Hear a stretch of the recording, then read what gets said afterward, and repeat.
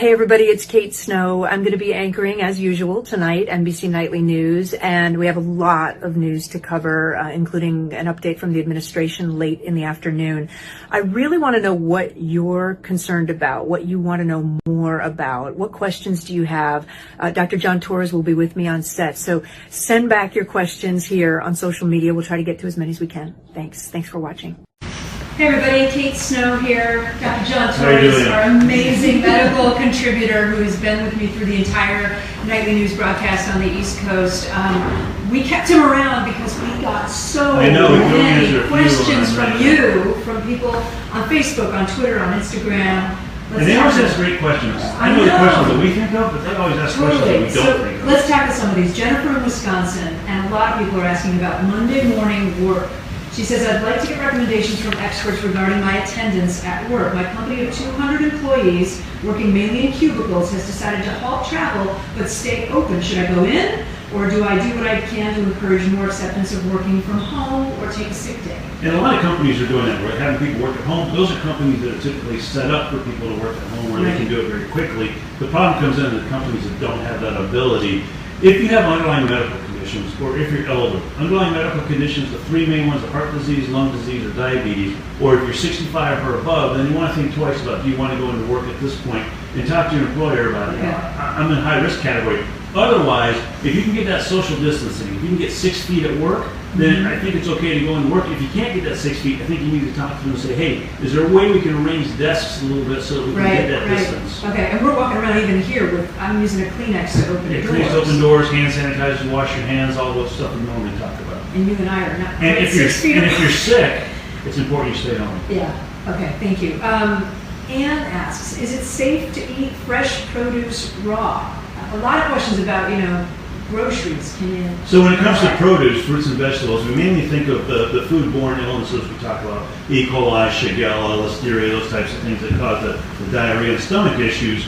A lot of concerns about can coronavirus get onto that food. It cannot thrive very long on the food, any more than it can on the surface. We're talking probably a couple hours, but you want to make sure you wash your food just like you would with any of the other things that might get on there. Okay. If you can wash your food and eat it that way, it should be okay. I thought it could live on surfaces for up to 24, even if you look at different studies, they're showing on surfaces a couple hours all the way up to 9 days. The problem is at 9 days, it's not necessarily a viable virus, but it's a virus they can detect, meaning it's parts of it, although it died days ago, they can still detect it. Right, but it won't make you sick. And so the sick part, we think probably a few hours. All right. Georgia asks, how long after being exposed does it take for you to show symptoms? Do we know? We do know, because a study out of China, what they found out, I think it was out of South Korea actually, what they found out is that people who got sick, half of them developed symptoms at 5 days, almost all of them develop symptoms at 12 days. And that's why that 14-day period is important, because you might get to the 12-day point and say, hey, I feel great, I'm going to go out and about, and a day later you start getting symptoms. Right. That long, 12 days it could incubate? And 12 days is almost everybody.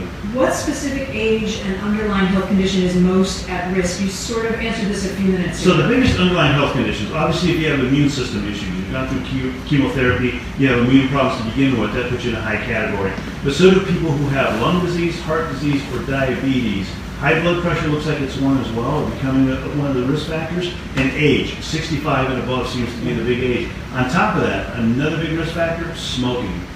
So if you can quit. That doesn't mean that people who are young are not at risk at all, right? No. Somebody else asked about that a lot of people this weekend, she said, are assuming that they're young, they have no other illness, they're going to be fine, so they're ignoring the warnings to stay home. Right, and that question she said, a lot of these people are deniers, saying, I have no problems, I can go out and about, I'm only 25. Yeah, I'm only 25 or 30. We're all at danger from this potentially, because you never know when it's going to hit. It's much like the flu. You could do fine for years, and 1 year the flu really takes a toll on you. And also, isn't it about the herd, about all of us? We're all taking measures to protect everyone else? Right, and that's the more people that get it, the more people that spread it. So if we all do the social distancing and help each other out, even though you might not have an issue with it, you might come in contact with somebody who does, and so you have to be careful. As we go into this week, what should we be canceling? A lot of the questions are about, should I cancel medical appointments for things that are not absolutely necessary? Again, it depends on how necessary that appointment is and how long it's it's going to take you to get to the next one, your best bet is to talk to whoever the doctor is that scheduled the appointment and say, hey, how necessary is it for me to get this one? Hospitals are places where people tend to go, and that's why we're saying to a lot of people, hey, if you're not sick, don't inundate the hospital because there are sick people at the hospitals. You want to be careful with that. But at the same time, some of these appointments either take a long time or they're more critical than you think they are. So talk to whoever ordered it and say, can I postpone this? I feel more comfortable doing that. Asking about nursing homes, Chris asks, when are we going to be able to get back in? That just changed over the weekend. They're limiting visitors. And they're doing it for a very specific reason, because at a nursing home, they tend to be elderly, they tend to have other health conditions, and they tend to have weakened immune systems.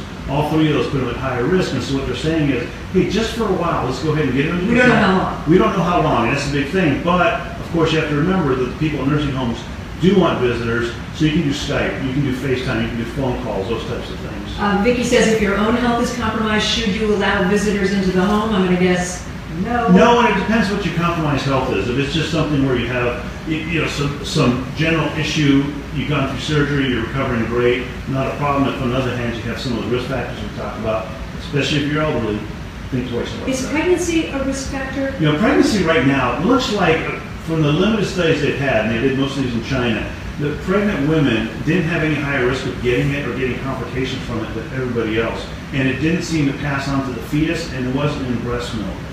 Concern is once they deliver the baby, then that baby is at higher risk because they're so young of getting it at that stage. Even though children are protected, they're very young, we're still concerned about. How are we doing on time? You're doing great. 7:13. Yeah. You have a live shot coming Yeah. up in 7 minutes on MSNBC. Okay. Brett in Charlotte, North Carolina. Should we avoid small gatherings with friends at our houses? Say less than 20 people. What I always tell people is it depends on how much you can trust the people coming to your house to stay home if they're sick. If you can trust them, and you can get that social distancing. If you know them well. If you know them well, and you know they're going to stay home if they're sick, or their kids are going to stay home if they're sick, then go ahead and go for it and do it, but just with all the precautions we talk about. If on the other hand, it's kind of an unknown gathering, and you don't know if people are going to show up even though they shouldn't, then I'd probably avoid that one. People asking about testing, why aren't they more available? We got some news today that they will eventually be more available. They're rolling it out. Even they have admitted, Dr. Fauci said, we failed at this point to do that. And so now that we're basically catching up to where we should have been a couple of weeks ago, honestly. And so hopefully more and more tests are coming out. It said almost 2 million will be coming out this week. The ball's starting to roll. Billy in California, will warm weather have an impact? We don't know the answer to that, but we think it will. And here's the reason why. Because the other coronaviruses tend to settle down in warm weather and tend to come back in cold weather. What we don't know, since this is a different one, if you remember a few months ago, it was novel coronavirus. So novel means new. We didn't know much about it. We don't know because we haven't been through a warm season. But looking at the southern hemisphere, where it really hasn't latched on to warm countries, and looking at other coronaviruses, there's hints that it might, and we're all crossing our fingers that it will, but we're preparing in case it doesn't. Is it treated like the flu, Dorothy in Atlanta asks? Does it have to run its course through your body? No, a couple of differences. Number one, they're two completely different viruses. The influenza virus and coronavirus, different viruses. The influenza virus, we have vaccines and we have medicines that work for them. Tamiflu is the one most people know about. And so we tend to give those to people, especially if you're at high risk categories, the elderly or the very young, to try and make sure they don't get complications from the flu. Coronavirus, we have nothing. It's not going to help coronavirus. No, it's not going to help coronavirus. What will help is if people get the flu shot, it won't stop them from getting coronavirus, but it'll keep their immune system as primed as possible during the year, and it won't confuse flu with coronavirus if they do get sick. Vaccine, months away? Right now they're saying 12 to 18 months away, which I get a lot of people looking at me going, that seems like a long time. Vaccines typically take 5 to 20 years to develop. If it comes out in a year to 18 months, this will be record time for a vaccine. Limit down. Do we have any new questions coming in that we should be tackling, or we're okay? Okay.